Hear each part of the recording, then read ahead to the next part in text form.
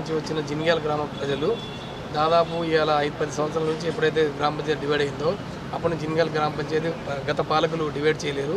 ఈరోజు గౌరవనీయులు పెద్దలు డాక్టర్ భూపతి రెడ్డి గారు ఎమ్మెల్యే గారు ఈరోజు మాకు సానుకూలంగా స్పందించి మాకు జిన్యాల కొత్తగా నూతన గ్రామ పంచాయతీ చేయడానికి ఒప్పుకున్నాడు. కాబట్టి సార్కు మా జిన్యాల గ్రామ ప్రజల తరఫున ధన్యవాదాలు తెలుపుతున్నాం.